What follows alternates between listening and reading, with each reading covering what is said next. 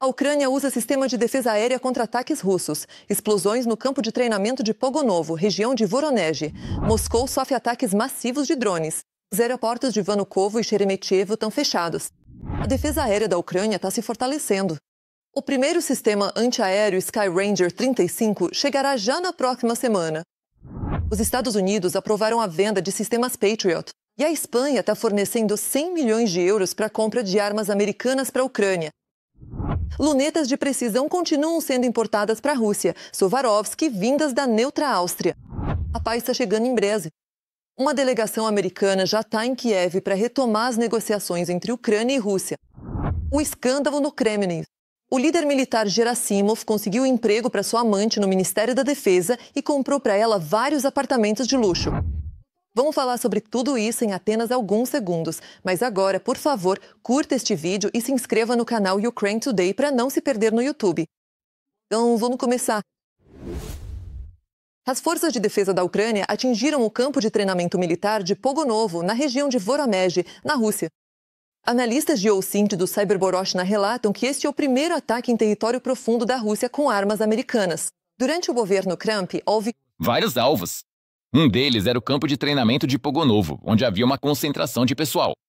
Foi a partir desse local que começou a primeira grande concentração de tropas, que mais tarde se transformou na invasão de 24 de fevereiro de 2022.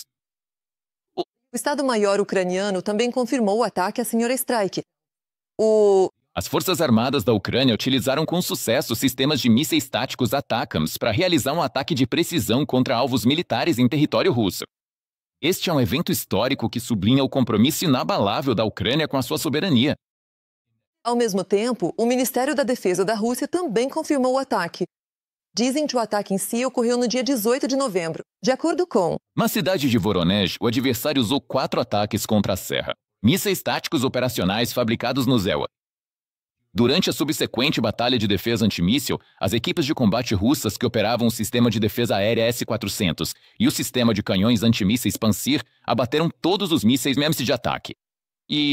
Analistas de OSINT, inteligência de fontes abertas, relatam que os russos realmente abateram alguns mísseis, mas também houve sucessos lá. Existem versões diferentes sobre o local do impacto, mas veremos pelas imagens de satélite, se o céu permitir. É verdade também que alguns mísseis foram abatidos. Também, entre as 23h30 e a 1 da manhã, a refinaria de petróleo de Ilinsk foi atacada. Olha, a polícia tá certa. Na refinaria de lá, eles... não rejeitou a ideia. Houve um clarão por ali. As refinarias da região de Ansk e Kum também estavam sob ataque. Em particular, foi relatado que os sistemas de defesa aérea estavam ativos sobre a cidade. Tava quase a adormecer e agora a sirene tá a tocar. Isso é normal? Não. Caramba! Nem consigo dormir uma noite decentemente. Isso tá realmente tirando eles do sério. Tô tenso. Tudo isso precisa ser encerrado.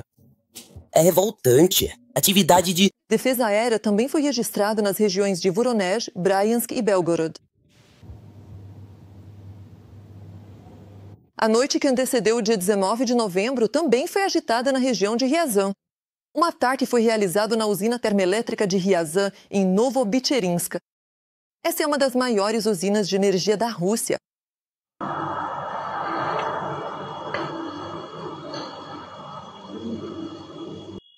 O prefeito de Moscou, Sobyanin, também relatou um ataque de drone.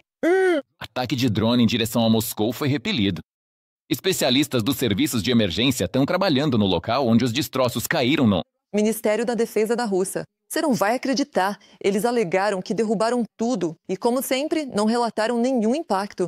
Resumindo, tudo está indo conforme planejado. Na Rússia, eles derrubam tudo também. Eles detectam todos os drones com tanta perfeição que, como resultado, estão oferecendo esse tipo de maravilha tecnológica para as pessoas. Um vídeo mostrando um dispositivo antidrone único desenvolvido pelos militares, seja na China ou na Coreia, está viralizando agora na internet russa. Uma olhada nesse aparelho, Strura. Segundo seus desenvolvedores, ele protege contra drones kamikaze e veículos aéreos não tripulados que lançam granadas. Por fora, há uma armação leve coberta com uma rede densa que envolve a pessoa de todos os lados. O princípio é simples. Se um drone voar diretamente em você, as hélices dele se enroscam instantaneamente na rede. E se uma granada cair de cima, a rede impede que o espoleta seja ativado. Os soldados afirmam que, com esse equipamento, você pode se mover livremente e ele quase não atrapalha durante o combate. Então você pode se mover livremente e isso não atrapalha durante a batalha. Já consigo imaginar os russos correndo de morteiros com esse negócio. O Departamento de Estado aprovou uma possível venda para a Ucrânia de equipamentos para apoiar o sistema de defesa aérea Patriot no valor de 105 milhões de dólares. Isso foi informado pela Agência de Cooperação em Segurança de Defesa do Departamento de Defesa do ZEWA. O Departamento de Estado decidiu aprovar uma possível venda ao governo da Ucrânia de aviação, munições e equipamentos relacionados no valor de cerca de 825 milhões de dólares. A Agência de Cooperação em Segurança de Defesa forneceu a certificação necessária, notificando o Congresso. Ao mesmo tempo, a Espanha está preparando um novo pacote de ajuda militar para a Ucrânia no valor de 615 milhões de euros. Isso foi anunciado pelo primeiro-ministro espanhol Pedro Sánchez após uma reunião com Zelensky, dentro de um mês. A Espanha fornecerá um novo pacote de ajuda militar à Ucrânia no valor de 615 milhões de euros. Sabe-se que 100 milhões de euros desse pacote de ajuda irão para o programa Pearl. Esta é uma iniciativa da OTAN em que os países membros da aliança juntam fundos para comprar armas e munições americanas para a Ucrânia. Então, 250 milhões serão destinados a produtos para sistemas antidrone e radares. A Espanha também fornecerá à Ucrânia 40 mísseis para o sistema de defesa aérea Iris-T. Ao mesmo tempo, o CEO da Rheinmetall, Armin Papperger, anunciou que já na próxima semana o primeiro sistema antiaéreo autopropulsado Skyranger 35 chegará à Ucrânia.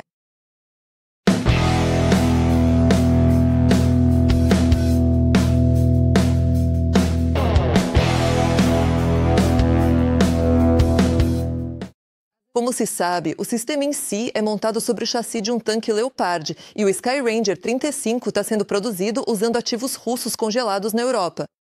Não é maravilhoso que o número dos chamados bons russos vá aumentar graças ao dinheiro desses próprios russos? Lendo os comentários dos episódios anteriores, vejo que muitos dos nossos espectadores são do Cazaquistão, Moldávia, Europa e até dos Estados Unidos. Nós, ucranianos, somos muito gratos pelo seu apoio e orgulhosos de ter espectadores tão sensatos.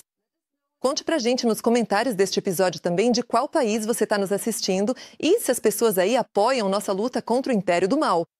Eu sempre gosto de ler seus comentários e, por enquanto, seguimos em frente. Agora vem a parte mais interessante.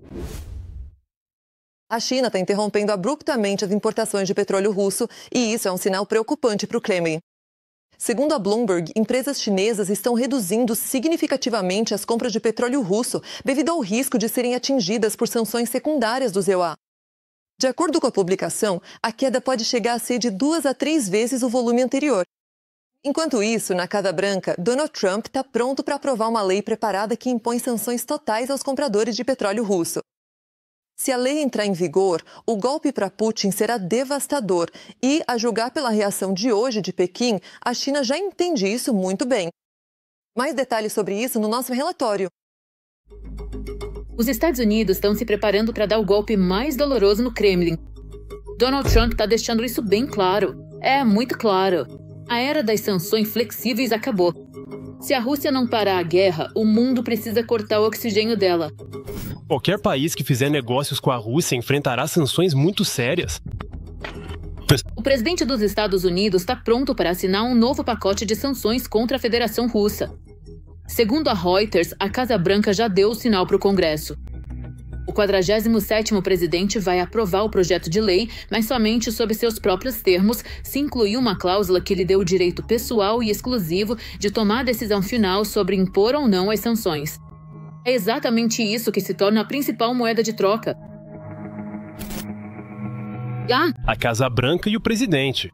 Sempre foi importante que o pacote de sanções incluísse uma cláusula garantindo ao presidente o direito de tomar a decisão final sobre as sanções. Portanto, se isso for incluído, acho que o presidente vai considerar assinar o projeto de lei.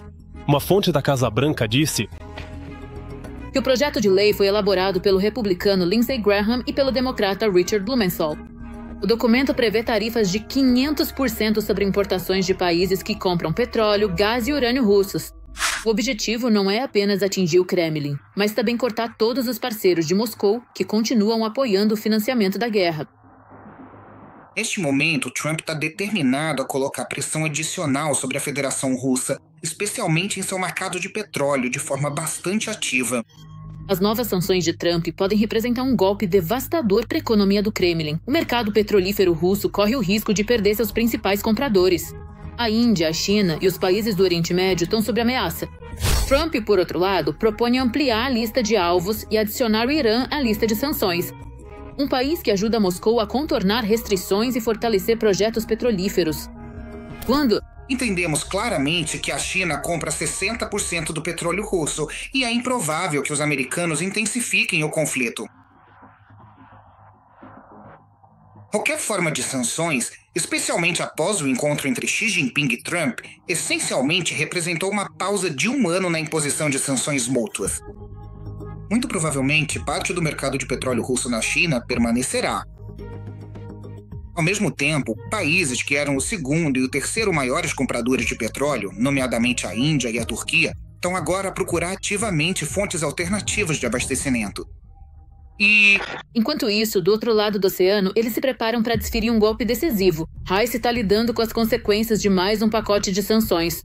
No final de outubro, os ZEWA introduziram um novo pacote de sanções contra o setor petrolífero russo, Rosneft. A Lukoil e 31 de suas subsidiárias foram sujeitas a restrições. Eles já abalaram seriamente o mercado russo. O preço dos Urals caiu drasticamente. Na verdade, é uma queda dramática. E, ao mesmo tempo, sim, atualmente existe um problema muito sério com ativos estrangeiros, particularmente para a Lukoil. Mas, ao mesmo tempo, já ouvimos que a empresa americana Chevron recebeu aprovação preliminar do Departamento do Tesouro do ZEWA para iniciar negociações com a Lukoil sobre a compra de seus ativos estrangeiros. O valor aproximado desse pacote é estimado em cerca de 20 bilhões de dólares. Bem, de qualquer forma, esses desdobramentos estão em andamento e estamos acompanhando de perto. Ou seja, precisamos entender que os ativos de que estamos falando são justamente os instrumentos pelos quais a Federação Russa vende petróleo. Caso esses instrumentos caiam em outras mãos, a Rússia terá uma capacidade significativamente menor de manter o volume atual de vendas de petróleo. Caso Trump acabe assinando o projeto de lei que obrigue os países sob pressão dos Estados Unidos a reduzirem suas compras, o impacto nas receitas orçamentárias da Rússia será catastrófico. Nem mesmo a propaganda russa conseguirá mais esconder as reais consequências econômicas. E o Kremlin sentirá uma pressão que não experimentou durante toda a guerra em grande escala. Até vermos a versão final do projeto de lei, até que ele seja pelo menos aprovado pela maioria do parlamento americano. Nessa situação, não passa de, digamos assim, odianços. A Áustria não conseguiu se manter neutra, como ficou conhecido. A mídia relata que miras de rifle de precisão da Swarovski estão sendo importadas para a Rússia, apesar das sanções da União Europeia. Elas são fornecidas pela fabricante de dispositivos ópticos premium Swarovski Optic, que é uma divisão da conhecida joalheria. Segundo dados alfandegários, desde o início da guerra em grande escala, pelo menos 90 desses equipamentos ópticos foram importados para a Rússia, 57 dos quais chegaram em 2023. O valor total dos equipamentos é de quase 21 milhões de rublos, uma quantia mais do que suficiente para que alguma pequena cidade ou vila do interior da Rússia melhorasse a vida das pessoas comuns pelo menos até 2025. E agora, a realidade do mundo russo. Quem quiser voltar ao passado, retornar ao RSS, então siga-me. Vou mostrar um pequeno resumo. Estou no meu Arden, a 7ª maravilha. Sim, e esta será a 20ª maravilha. Esta é a loja Victoria, que ainda está em funcionamento até hoje. Você consegue imaginar? Este é um telefone celular. Este é um telefone celular. Vamos. Eis uma loja em funcionamento. Veja como é lindo. Oh. As trincheiras desapareceram e, em seu lugar, formou-se uma zona cinzenta mortal de 20 quilômetros de largura. Os drones dominam lá completamente e absolutamente. Analistas militares estão falando sobre uma mudança fundamental nas regras da guerra. Quais são os riscos para os defensores ucranianos? E por que as forças armadas ucranianas estão vencendo essa guerra de drones? Vamos assistir. Um operador de Vante da 110ª Brigada Mecanizada Independente lança perfeitamente uma granada em uma trincheira com soldados russos. Um deles tenta jogar o explosivo para fora, mas não consegue a tempo. Como resultado do lançamento bem-sucedido, vários ocupantes foram eliminados. É exatamente assim que a guerra moderna se parece agora. Na verdade, praticamente não há mais assaltos ou ataques frontais com veículos. Os drones colocaram fim à guerra de posições. Esse foi o título de um artigo publicado no veículo americano Político. Os combates na Ucrânia já não se assemelham mais à guerra de trincheiras da Primeira Guerra Mundial. Em vez disso, os drones apagaram a linha de frente contínua, criando uma zona de morte. Como resultado, formou-se uma zona cinzenta de caos que se estende por cerca de 20 quilômetros a partir da linha de frente, onde drones caçam soldados. Os feridos são deixados para morrer porque é extremamente difícil evacuá-los e entregar munição, comida e água para as tropas em combate é quase impossível. O céu acima da zona cinzenta está coberto de fumaça dos drones. Os Vants estão equipados com imagens térmicas, câmeras, bombas e canhões, e alguns ficam horas deitados ao longo das estradas, esperando veículos militares passarem. Ao mesmo tempo, há uma caçada aos pilotos de vans que estão sentados a dezenas de quilômetros de distância. Nós avançamos para uma guerra de drones contra drones. Agora, drones podem montar emboscadas, interceptar sistemas logísticos inimigos e interromper linhas de suprimento. Além disso, ficou mais difícil manter posições. Se você for detectado, todo o armamento da área será imediatamente direcionado para sua destruição. Pavel Polissa, coronel das Forças Armadas da Ucrânia. Páginas públicas militares russas estão citando este artigo, mas como sempre, do jeito deles. Aqui está um exemplo de propaganda russa, onde dizem que os drones russos não dão um segundo de descanso para as Forças Armadas da Ucrânia, embora na realidade seja exatamente o contrário. Por causa dos drones russos, os soldados ucranianos são forçados a permanecer em suas posições por semanas. Os drones tornam a evacuação, a rotação e a entrega de munição e comida extremamente perigosas. Informações de fontes abertas mostram que, na verdade, é o exército russo que abandona seus soldados feridos em vez de evacuá-los. Agora, a Rússia também está tentando acompanhar na produção de vários tipos de UAVs de ataque. Por exemplo, nas áreas de linha de frente, o inimigo começou a usar um novo tipo de drone iraniano, o Shahed-101, com ogiva de 8 a 9 quilos e alcance de voo de várias centenas de quilômetros. Até agora, os ocupantes não conseguiram localizar a produção desse drone na Rússia. Os UAVs foram produzidos em 2024 no Irã. Mas é só uma questão de tempo. Os russos aprendem rápido com seus erros. Estamos indo de igual para igual. E eles têm alguns desenvolvimentos realmente impressionantes. A ciência deles é bem consolidada e funciona. Eles conseguiram suprimir e quedar a resistência interna, a reação contrária à guerra. É por isso que eles têm esses avanços e a máquina está funcionando. Eles se prepararam para a guerra. Eles melhoraram os Shaheds e fizeram os Lancets baseados em drones israelenses. Os drones se tornaram tão eficazes que até afastaram a artilharia da linha de frente e tornaram quase impossível o uso de veículos blindados para abastecer as tropas. Os drones passaram a ser úteis para entrega e evacuação, reconhecimento de combate e tarefas de mineração remota que antes geralmente eram realizadas por pessoas na guerra. Apesar da diferença de recursos, a Ucrânia atualmente tem paridade de drones com a Rússia nas linhas de frente e, em algumas áreas, até possui uma vantagem. Mas o desenvolvimento desse componente militar nunca para, nem por um minuto. Eu nunca. Deixo de admirar a coragem e o heroísmo dos soldados ucranianos. Eles seguram a linha de frente e enfrentam uma horda enorme que os supera em número. Por isso, peço que apoiem as Forças Armadas da Ucrânia. E se você não puder ajudar financeiramente, escreva palavras de incentivo para eles nos comentários. Eu sei que eles estão nos assistindo. Enquanto isso, Dmitry Peskov declarou que as relações entre a Rússia e a Polônia se deterioraram completamente à luz do recente ato de sabotagem nos trilhos de trem na Polônia. Deixe-me lembrar que todos os indícios dessa explosão levam a Moscou. Por isso, os poloneses estão fechando o consulado-geral da Rússia na Polônia. Peskov chamou isso de irracional.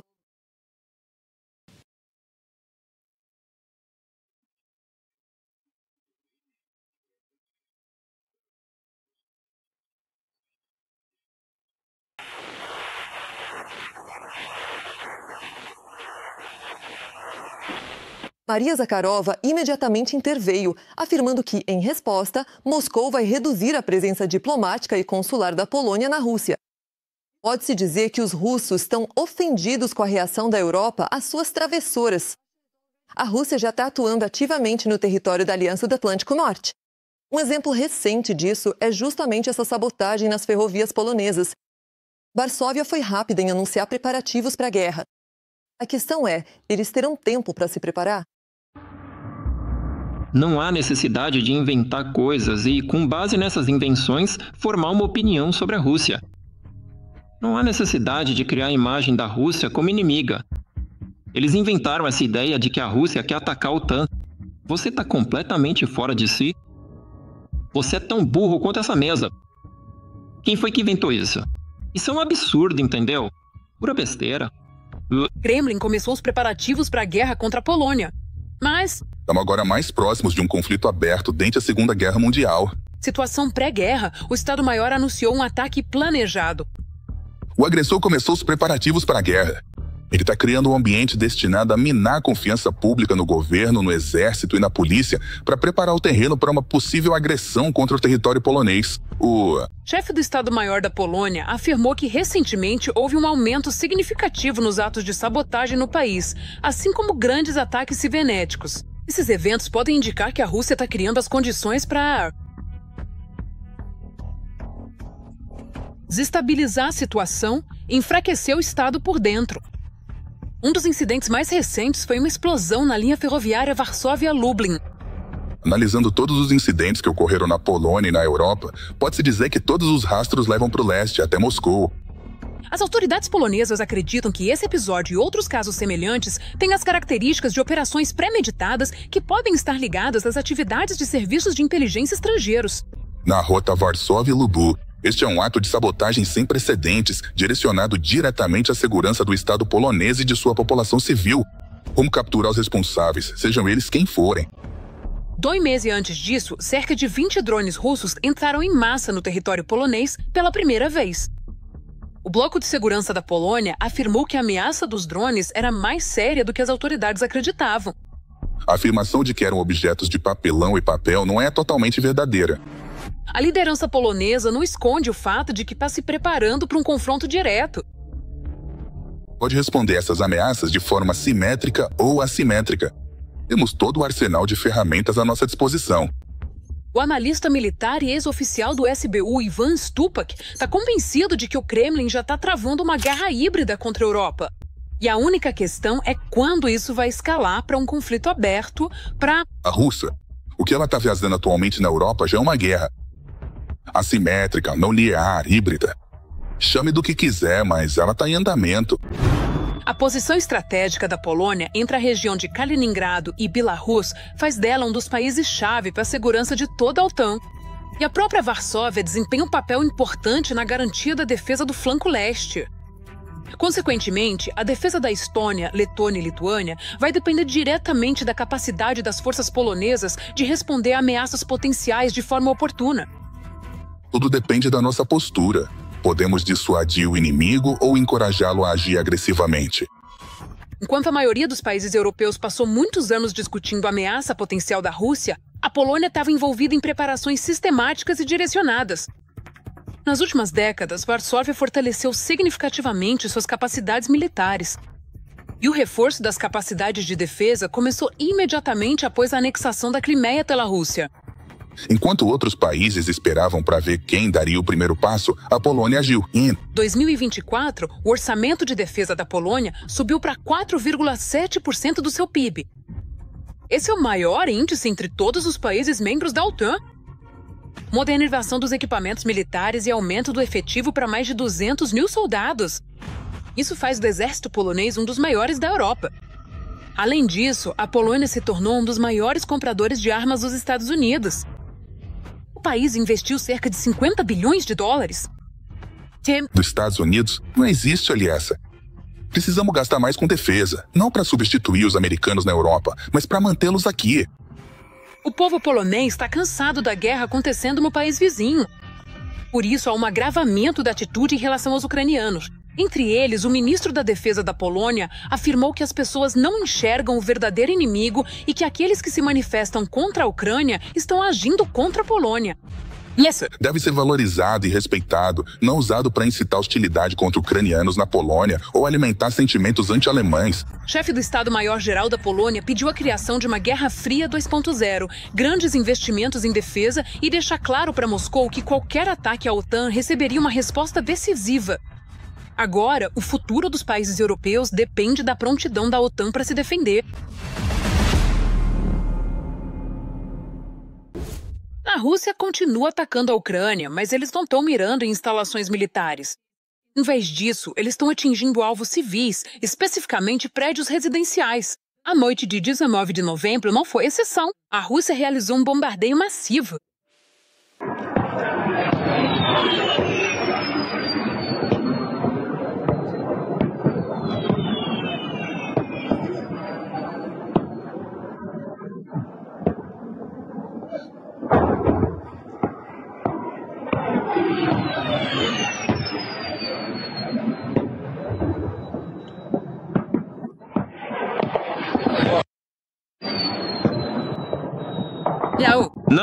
Não. É sério, tô falando de verdade. Não.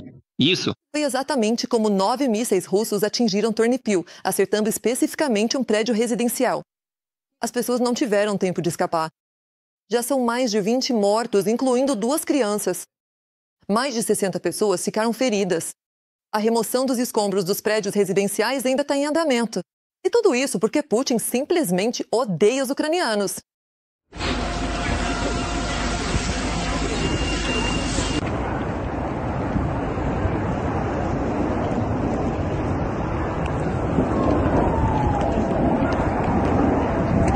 Vale destacar que, após o ataque em Tornipil, o nível de cloro no ar está 6 vezes acima do normal. Os moradores locais foram orientados a não sair de casa e a manter as janelas bem fechadas. Também houve um ataque em Kharkiv, onde mais de 40 moradores da cidade ficaram feridos. Não só a infraestrutura civil foi danificada, mas também instalações de energia e transporte.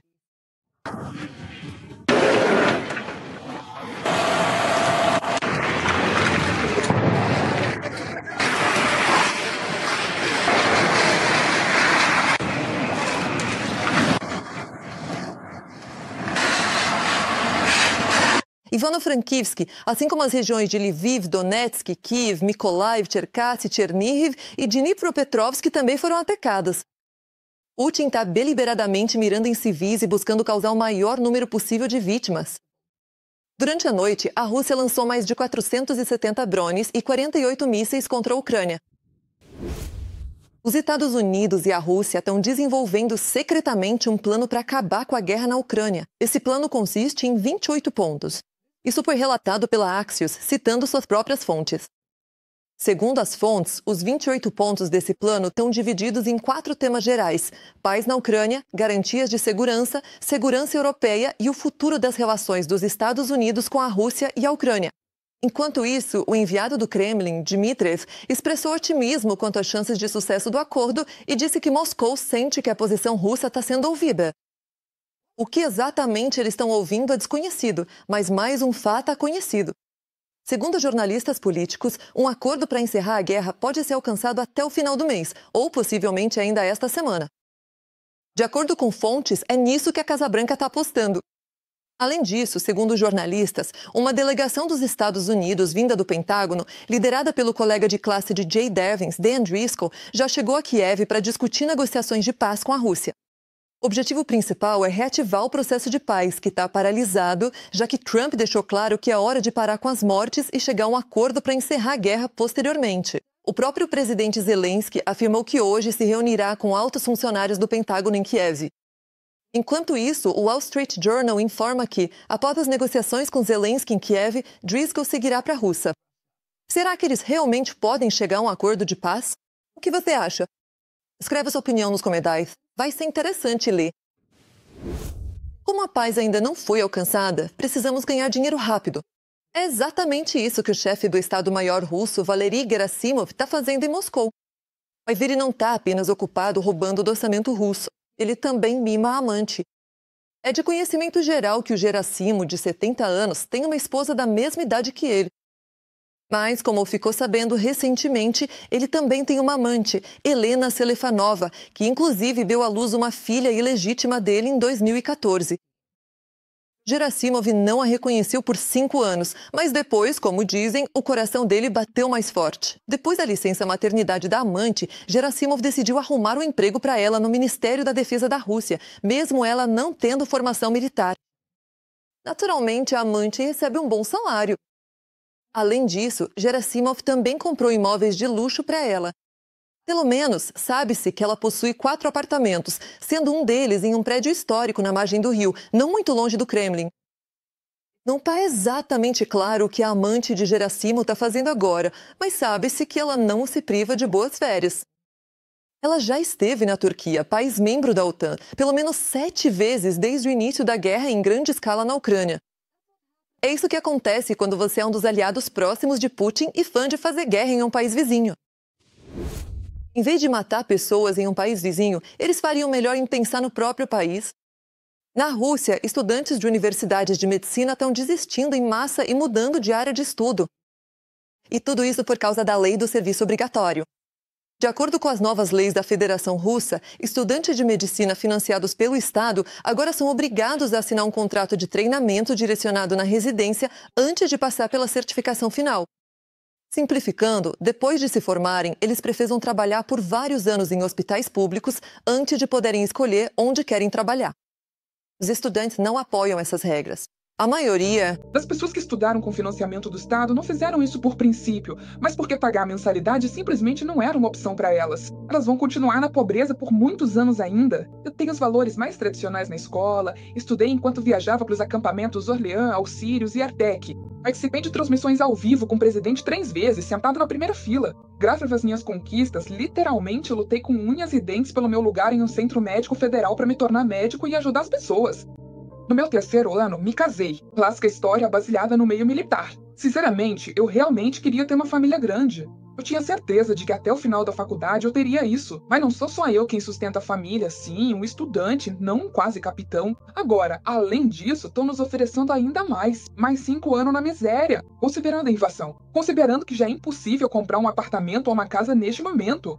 Então serão mais 5 anos sem filhos. Vou fazer 30. Não sei como aquelas meninas que engravidam aos 16 conseguem, mas eu não posso me dar esse luxo. Mesmo assim, continuam grutando para ter filhos. Não, mas 90% dos estudantes de medicina são mulheres. Pelo menos na União Soviética havia algum apoio para jovens médicos. Mas sabe, você pode dizer, e quanto a você? Você é blogueira? Você tem ideia de quanto a nossa renda caiu por causa dos novos impostos de abril desde setembro? Agora você precisa trabalhar para compensar no orçamento. Os médicos fizeram um juramento ao hipopótamo. Basicamente, todos devem algo para alguém. Neste país, engenheiros e advogados têm direito à educação gratuita. A gente se matriculou sob outras condições. Eu não teria me matriculado de outra forma. E não fazemos juramento ao hipopótamo. Bem, de qualquer forma... A garota explicou todos os fatos. Os impostos estão aumentando, a inflação está aumentando, os preços dos imóveis estão subindo e os salários dos médicos são irrisórios. As autoridades russas e a guerra destruíram qualquer chance de formar uma família e viver confortavelmente. No entanto, eles ainda exigem que as pessoas tenham filhos. Bravo!